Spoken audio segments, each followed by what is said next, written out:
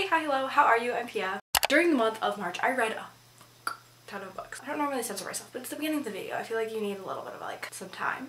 I'm pulling out my phone here to check my Goodreads because if you don't follow me on Goodreads, what the heck are you doing? You don't get those live updates. I read 17 books. I had maybe 2 DNFs. It might have been the best reading month for me as far as like reading what I set out to read. Like I think I read pretty much everything on my TBR. Astonishing.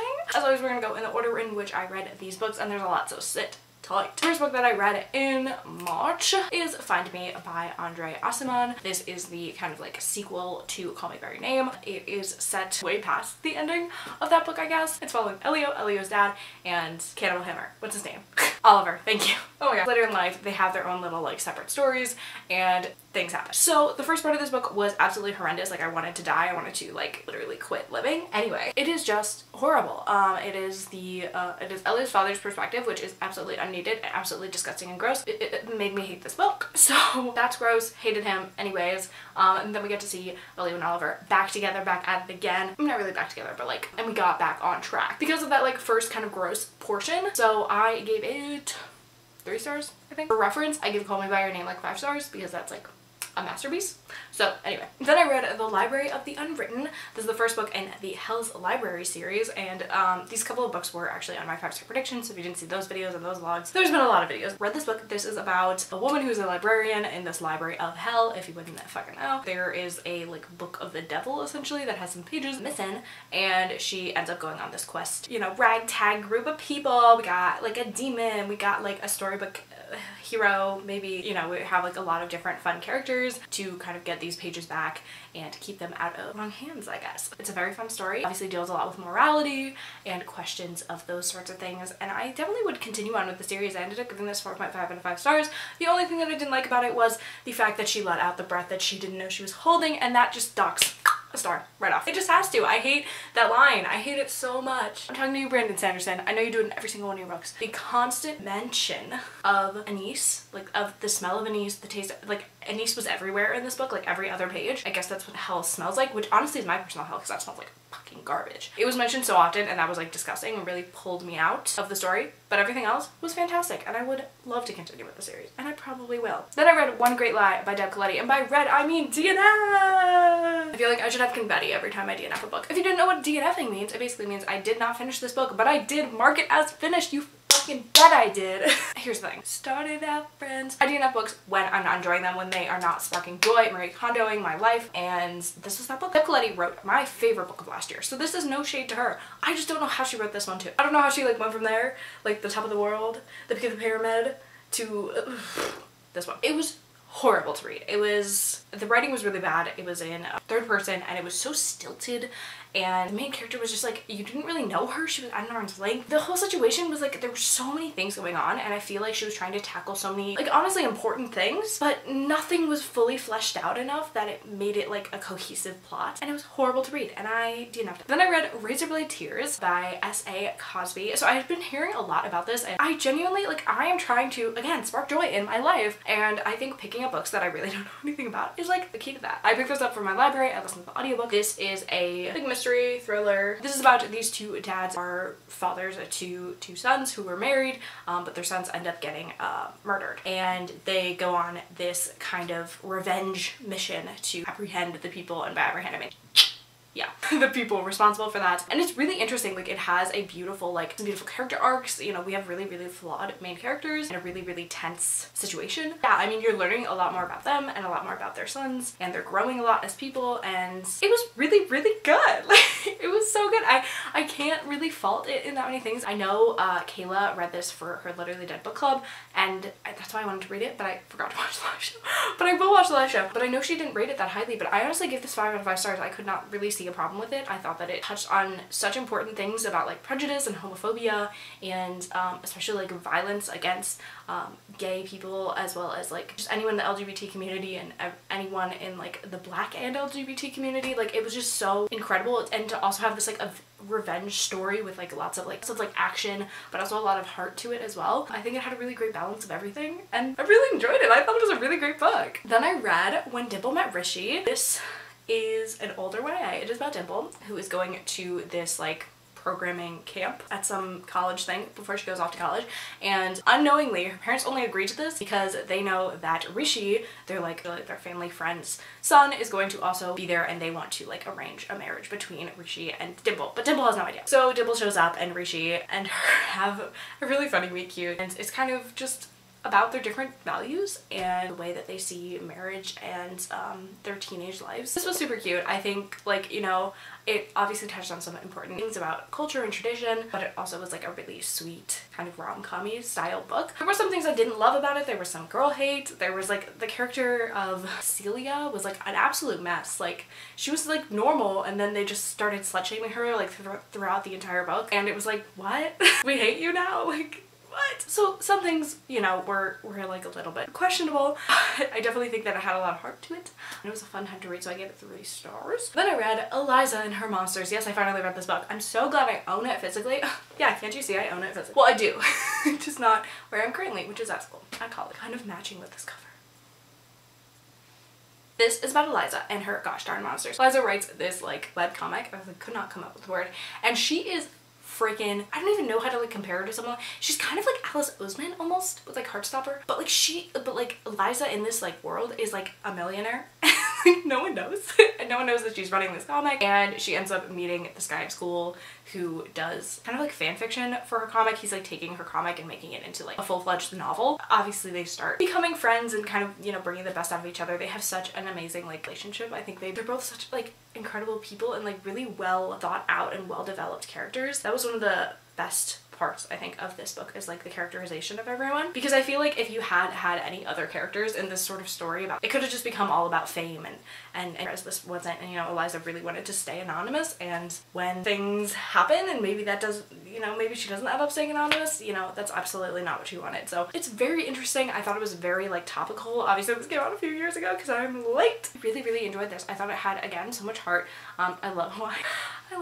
I missed it. Like I said, the 2 main characters are absolutely fabulous. I cannot remember the other character's name. It reminded me a lot of like Radio Silence, so if you enjoyed that, I think you'll definitely enjoy this. I really enjoyed it. I think I gave it like 4 stars, 5 stars, something like that. We are approaching my other DNF of the month. Actually, I think I might have DNF'd another one. It's not a crime. It's not a crime. Why should I be ashamed? We have I'll Give You the Sun by J.D. Nielsen. I again read this for my reading old books video, whatever that was. This is about, could I even tell you what this is? Because I read some of it, like, I mean, I had to. It's about twins. We got twins, we got we got dual timelines. We have them when they are like children essentially, and then when they're 16. And you're following a different twin in either timeline. Apparently in the newer timeline they like aren't speaking to each other, so you really don't know what's going on. There's so much that I hate about this book. One, everything is a metaphor. Every single thing, like that was a metaphor. What I just said, like that was a metaphor. Did you understand it? Everything's a metaphor. I thought it was like low-key supernatural. No, it's a fucking metaphor. It is so clunky to read. Like, I just want you to picture a book that is, everything is a metaphor. Like, every single line.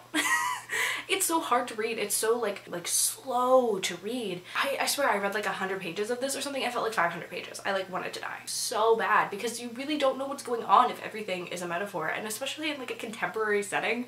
And like, yeah, and the language in here, I mean, other than that, was absolutely not fun. I don't know how people loved this. I really don't. Then I read The Beautiful by Renee Ahdieh. Who would have thunk it? I really enjoyed a vampire story. Someone call Edward Cullen. I don't know. I was never a Team Edward stan, but also I was never into that. I know this is unrelated, but I just want to make that clear. This is about vampires in New Orleans. We have got a murderer on the loose. He's a vampire. And we have his perspective, but we have no idea who he is. And for most of the book, he's just ruthless, killing, ripping people's throats out. I don't even know what he's doing. And then we have like the new girl in town, which obviously is a bit of a cliche, but whatever. And you know, she is discovering these things in this kind of like weird kind of vampire club and the kind of like underground of the New Orleans scene. This is a lot of fun. The vibes are immaculate. The writing of Renee Ahdieh, this is my first Renee Ahdieh book, and I just want to say, girl knows how to write. She does. Every chapter ended on a cliffhanger, and I was like, girlie, I want to go to sleep, but I will have to keep reading, because this is, like, I just need to know more. I just needed to know more every single second of every single day, of every single time I read this book. And it read so fast because of that. It was, like, lyrical in a way that wasn't overdone.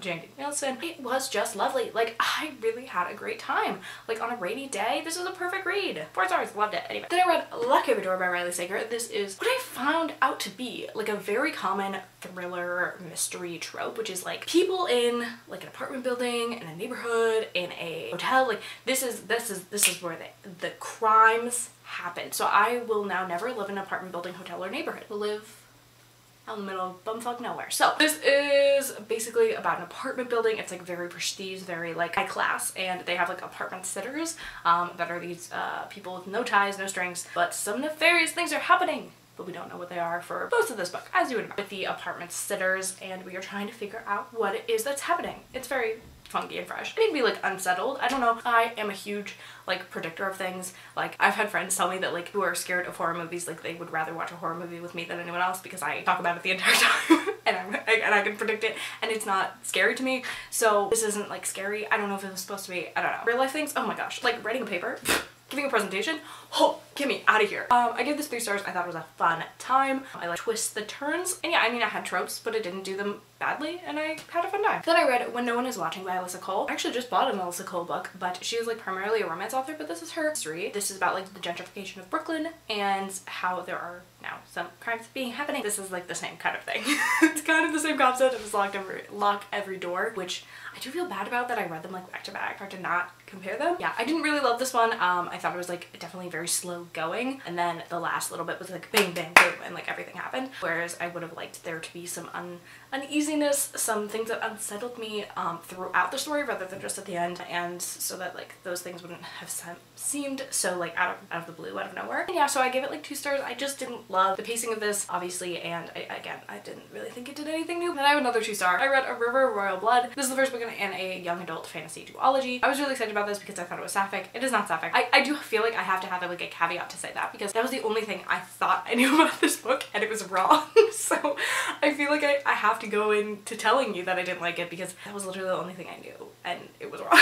So this is about 2 princesses, that's what they are. 2 princesses vying for the throne, and they have to kill each other in order to get the throne, but they can't do it until the youngest sister turns 17. So it's like basically this whole book is like the time leading up to this girl's 17th birthday, and then they can start going at it. That seems sexual. I meant in like a kill you way, but anyway, this is like just the entire journey of that, of her preparing and like getting her magic ready because she's got like some feisty ass magic, and it really just felt like camping scenes in Deathly Hallows Part 1. Actually the entire Deathly Hallows Part 1, because it's all just set up, it's all build up, and I just felt so bored because it was so slow and there was hardly any action going on. Obviously tell that the second book is probably gonna have a lot more action because it literally can't be leading up to anything else. Yeah, I was just really disappointed in that because obviously I would like there to be a good balance of both exposition and, you know, backstory and world building, as well as some fight scenes and some fun action times in both books. So yeah, I'm definitely not going to continue with the series. I didn't find it did anything new. It reminded me a lot of 3 Dark Crowns, which is a book I actually DNF'd, so didn't love it. Anyway, then I read An Author's Odyssey by Chris Colfer. I love these books. This is the 5th Land of Stories books. I've been taking my sweet ass time reading these books, have I not? I've been listening to the audiobooks of these because Chris Colfer narrates them. He is such an amazing performer, like an outstanding performer. I mean, Glee did not do him justice. Let's just say that. Can't say much about this book because it's the 5th book in a series, but I would say I really recommend the Land of Stories series if you like fairy tales and middle grade. That's about 2 twins. Why would it be more? It's about 1 fucking twin. It's about twins who stumble upon the storybook that is more than meets the eye, and they hop on in there and find this land of stories and kind of how all these fairy tales that they had grown up with are all kind of woven together and how they would all deal with all the politics of that world. And it is so much fun. That was obviously the 5th book, and you know, stakes keep getting higher and higher, and I freaking love it. It's so much fun. It is such a comfort read to me. I'm just like, oh, I just want to like settle in and listen to this and just be whisked away. It's very much like watching Once Upon a Time for the first time, you know, before it got really bad. I love these books. I give it 4 out of 5 stars. This is the last DNF. I DNF'd Always Jane. And now I don't like DNFing arcs. I feel very bad about it because I was graciously sent it. I was, you know, approved and whatnot, so I do feel bad. But this book is by Jen Bennett, and I love Jen Bennett's books, Starry Eyes and Serious Moonlight. They are 2 of like the best YAs you could probably pick up. I love them. I adore them. This is her latest book. It's just like off a cliff. I don't even know what happened here. Even like Chasing Lucky, which was her last book, that was really good too, but it wasn't like my favorite, but it was really good. Like this one was like bad. We have Jane, and 2 years ago she fell kerplunked into the lake, and like hurt her head and something. And this one guy who's like brothers with this other guy who's like a douche. Literally, I really cannot have any good words to describe his brother. So the nice one, he jumps in, saves the girl, whatever, sends her off to the ambulance. She doesn't remember. It's 2 years later. She reconnected with the gross, disgusting jerk of a brother because he said, oh yeah, I saved you. And she's like, alrighty, that's why we're fucking dating. So then they start dating. And there's like this subplot of like the music industry, which is, I'm gonna have to call it a subplot because it's so irrelevant and so underdeveloped that I don't know, because like I don't know, she's like the bastard daughter of some music guy, and like her new douchey boyfriend is like the son of like the label or something. I don't even know. So dumb. They come back to the island or whatever, and she's working as a PA for this big music guy's daughter. She meets the cool brother, the one who's actually like kind of okay, and he's like, yo, I saved you, and she's like, nah, you fucking didn't. So now she's like questioning her entire life essentially. Jane is so stupid. Every single one of these characters is horrible. Like, they're so annoying. Like, the only good character is the mom, not Jane's mom, whatever the guy's name. So weak, so messy, horrible. Hated it. And I read Under the Whispering Door by TJ Klune. Now, a lot of people have mixed things to say about this. I definitely do as well. I definitely didn't think it was as good as that book that I never remember the title of. Definitely not as good as The House in the Cerulean Sea, but I did enjoy it. We have another kind of like really bad person main character who has this beautiful arc of growth and development, but this one is over the course of his afterlife. I said it, he's dead. Which I find very interesting. Obviously it poses some really interesting questions for you to think about. Be like, oh my gosh, like it's death, like what happens after death, like where do you go? And it's very interesting. It's so lovely. I love this little like tea shop that's into all these little characters. I loved all the characters so much. It very much felt like the Tea Dragon Society, and I really loved it. Obviously there's a little bit of a romance as well, but it's really a journey of self-discovery. I liked it. I mean, I gave it 3 stars. I don't think it was bad in any means. I just didn't think it was like matched up to the other book, and I definitely think it obviously leaned into some of the tropes and some of the things that TJ Klune previously wrote about. So those things weren't as like new and interesting. Then I read The Maid. I had a hard time with this. I read most of this, and then I just never had the desire to pick it up again, and I really had to push myself to finish it. I felt like this book was really interesting. I really loved that obviously it takes the trope of the hotel and the mystery of the hotel and the one fucking person who dies. That's essentially what it is.